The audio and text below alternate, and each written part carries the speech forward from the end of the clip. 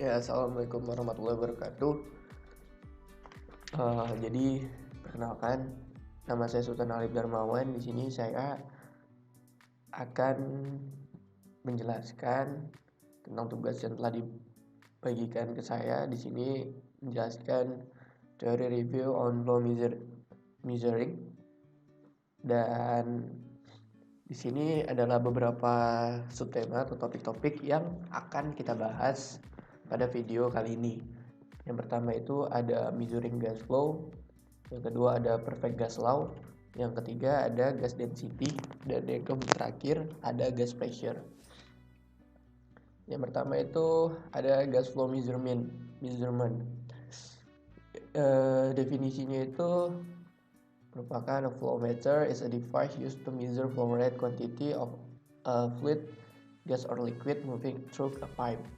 Jadi definisi dari pengukuran flow itu merupakan suatu alat yang digunakan untuk mengukur flow rate quantity dari suatu fluida, di sini gas atau cair yang bergerak melalui pipa. Nah, dalam dunia instrumentasi atau dunia pengukuran di sini ada beberapa teknologi yang sering digunakan untuk pengukuran gas ini. Yang pertama itu ada thermal flow meter, yang kedua ada differential pressure flow meter, yang ketiga ada ultrasonic flow meter, dan yang terakhir ada Coriolis flow meter. Nah, ini 4 sensor ini merupakan yang akan kita bahas pada kali ini, tapi ada beberapa sensor pengukuran gas yang bisa diaplikasikan, tapi pada video kali ini kita akan membahas 4 ini saja dulu. Yang pertama thermal flow meter. Jadi thermal flow meter ini merupakan sensor gas yang menggunakan panas ya sebagai untuk mengukur flow rate-nya. Jadi saat ada gas mengalir pada sensor pertama, sensor aliran, di sini kan ada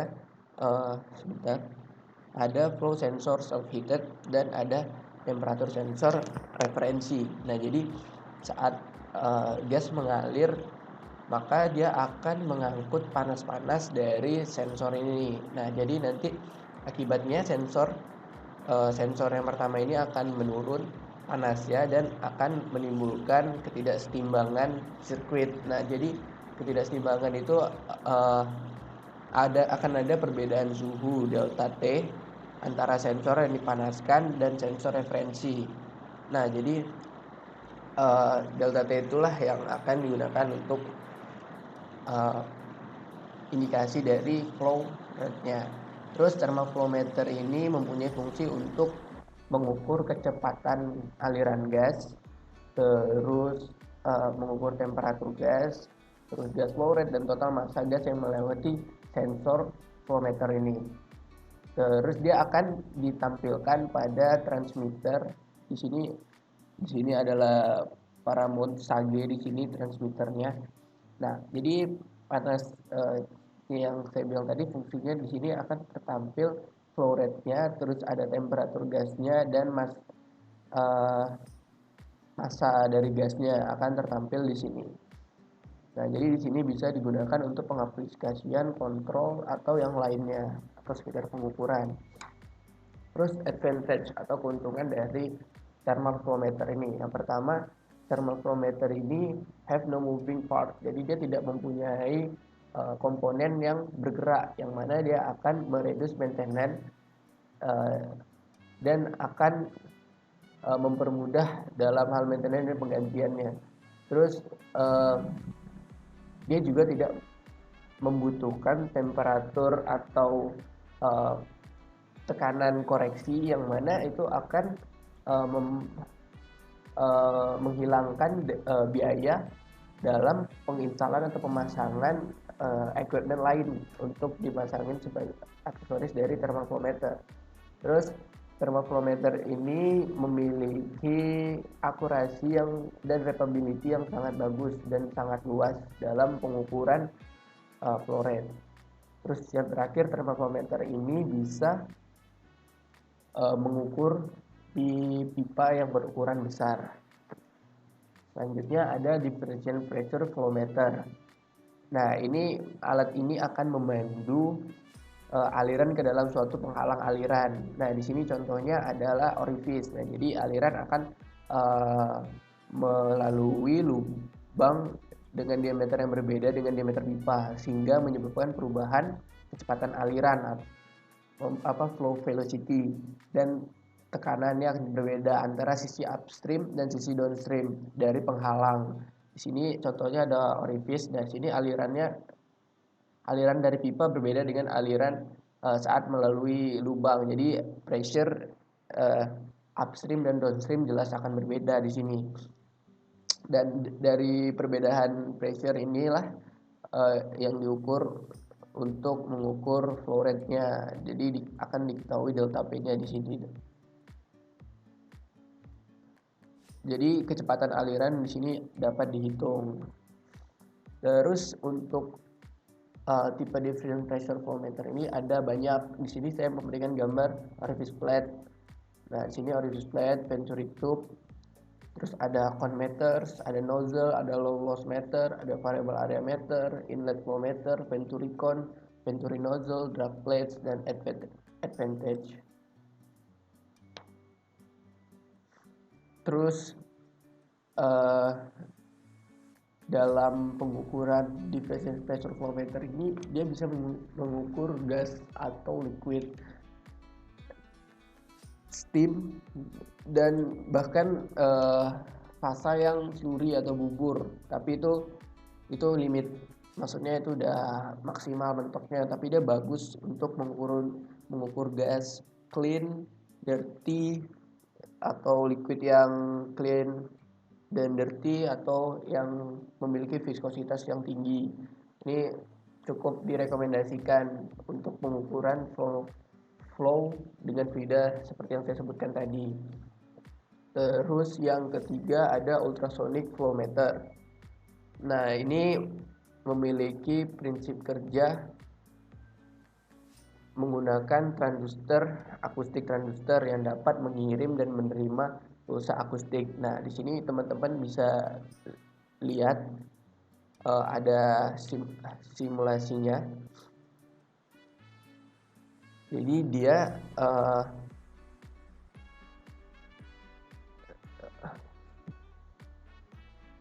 jadi di sini yang saya ambil ultrasonic flow meternya yang transit time velocity measurement. Nah, contoh yang itu yang berada di samping sini. Jadi transducer ditempatkan pada kedua sisi pipa sedemikian hingga pulsa akustik bergerak. Nah, jadi dia sensornya itu diletakkan di kedua sisi dari pipa. Di sini ada upstream dan downstreamnya. Jadi kalau yang metode transit time velocity measurement ini jadi didasarkan pada pengukuran jangka waktu transmisi pulsa akustik yang melintasi pipa pada kedua arah yang berlawanan. Jadi sistem pengukuran didasarkan pada kenyataan bahwa pulsa akustik yang melintasi pipa secara diagonal searah aliran cairan membutuhkan waktu lebih cepat dari pulsa akustik yang bergerak pada arah yang berlawanan dari aliran. Jadi pengukuran ini sebagai ini ya, jadi pulsanya dia akan saling mendeteksi di sini yang mana akan mengukur flow dari fluida yang mengalir. Terus di sini ada rumus yang digunakan dalam pengukuran transit time velocity measurement. Yang pertama, Q sama dengan K per T up min T down dibagi dengan T up dikali dengan T down. Di sini ada penjelasannya, di mana Q merupakan calculate volumetric flow rate yang akan diukur. K adalah constant of proportionality. T up to time for sound pulse travel from downstream location to upstream location. Nah, yang T down itu time for sound pulse to travel from upstream location to downstream location. Jadi merupakan waktu yang digunakan pulsa itu untuk ke sensor satu ke sensor lainnya. Begitu juga sebaliknya. Ini untuk ultrasonic. Dan terakhir ada Coriolis flow meter. Jadi Coriolis flow meter ini menggunakan tabung yang diberi energi dalam bentuk getaran yang tetap. Jadi ketika fluid cair atau gas masuk dan melewati tabung tersebut, akan ada momentum aliran massa yang menyebabkan perubahan pada getaran tabung. Nah, di sini ada gambarnya. Nah, ini jadi dari fluid yang mengalir akan menyebabkan vibrasi di sini. Jadi tabung akan menghasilkan setelah itu tabung akan menghasilkan pergeseran fasa. Nah, pergeseran fasa ini kemudian diukur dan menghasilkan data massa aliran. Nah, jadi flow meter Coriolis sendiri umumnya menetapkan dua buah tabung. Tabung tersebut akan bergetar berlawanan satu sama lain melalui coil magnetik. Terus sensor dalam bentuk rakitan magnet serta coil ditempatkan pada saluran masuk inlet dan saluran keluar outlet pada kedua tabung. Jadi ketika coil bergerak melalui medan magnet, maka akan menimbulkan tegangan dalam bentuk gelombang sinusoidal. Gelombang sinus yang dihasilkan akan menjadi kunci utama dalam mengukur fasa dari fluida yang mengalir pada pipa. Di sini jenis yang sering digunakan itu yang pertama ada U-shaped flow tube, yang kedua ada sensor assembly and electrical unit. Nah, di sini merupakan tipe U-shaped flow tube yang digunakan. Di sini ada bagian-bagiannya. Yang pertama ada core pressure, drive coil, pick-up coil, case, flow tube, resistant thermal, device RTD, process connection, dan direction of flow arrow. Dengan komponen yang digunakan pada Coriolis flow meter. Selanjutnya ini ada ideal gas law. Jadi di perfect gas law atau Avogadro law itu merupakan persamaan keadaan suatu gas ideal. Jadi gas ideal itu adalah gas teoretis yang terdiri dari partikel-partikel titik bergerak secara acak dan tidak saling berinteraksi. Nah, hukum dasar gas ideal itu pada hukum Boyle. Terus rumus dasar yang digunakan pada gas ideal itu atau perfect gas itu PV sama dengan nRT. Nah, hukum gas ideal ini merupakan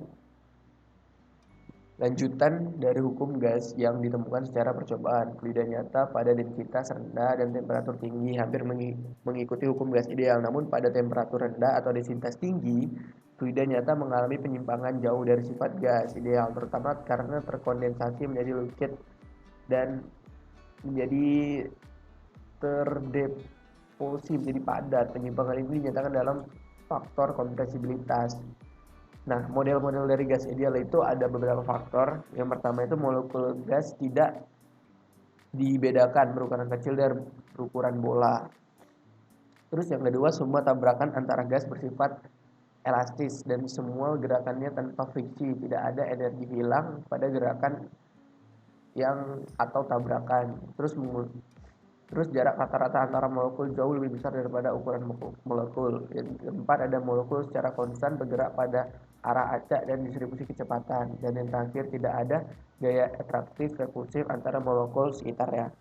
Jadi rumus yang digunakan dari definisinya telah dijabarkan tadi itu adalah PP nRT, yang mana P merupakan absolute pressure of the gas dan V merupakan volume of the gas, N quantity of the gas dalam ukuran mole, dan T adalah absolute temperature on the gas, dan R adalah perfect gas constant. Nah, dalam satuan internasional, pressure yang digunakan adalah satuan Pascal. Nah, dan volumenya itu dalam meter kubik, N dalam ukuran mole, dan T dalam Kelvin. Dan sedangkan untuk perfect gas constantnya R sama dengan 8,314. Nah, dalam US unit, pressure-nya itu dalam bentuk PSI, pound per square inch, dan volume dalam feet kubik, dan nilai molesnya itu lb moles, dan temperaturnya itu menggunakan Reaumur, dan R-nya 10,73. Selanjutnya ada gas density. Jadi gas densitas itu merupakan satuan volume suatu zat atau kebalikan dari volume spesifik untuk gas. Jadi densitas gas itu bervariasi dalam rentang yang luas karena partikelnya bebas bergerak mendekat saat terkendala oleh tekanan atau volume. Jadi variasi densitas ini disebut sebagai konversibilitas. Secara tekanan dan suhu, densitas adalah variabel keadaan gas dan perubahan densitas selama proses apapun diatur oleh hukum termodinamika. Nah, untuk gas statis, densitasnya sama di seluruh wadah. Oleh karena itu, densitas merupakan kuantitas skalar. Hal ini dapat ditunjukkan oleh teori kinetika, bahwa pada densitas berbanding terbalik dengan ukuran wadah. Nah, untuk densitas calculation yang digunakan pada densitas ini,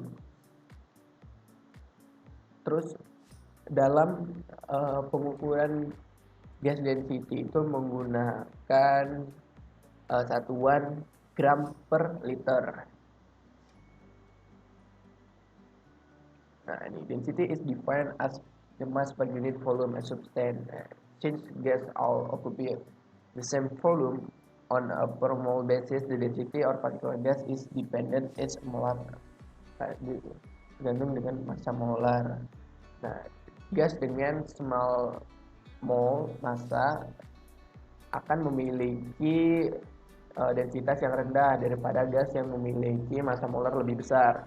Nah, gas density itu menggunakan satuan gram per liter.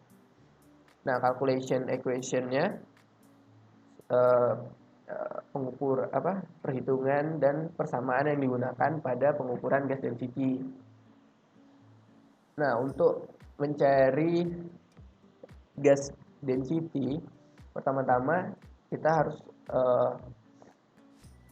mengetahui volumenya. Nah, dalam volumenya itu kita menggunakan persamaan dari ideal gas law untuk mencari volumenya. Jadi dibalik aja.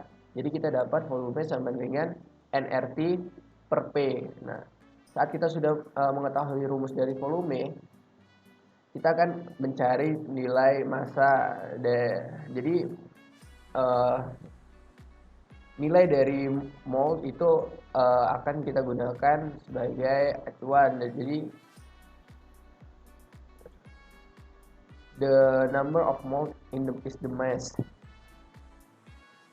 Jumlah mole adalah massa. Jadi gas dibagi dengan massa molekul sama itu dengan mm. Jadi nilai dari quantity of gasnya itu N sama dengan M per mm. Mm itu massa molekul. Terus kita gantikan substitute this value for mass into the volume equation. Nah, kita tukar nilai massa ini ke dalam persamaan volume sebagai berikut.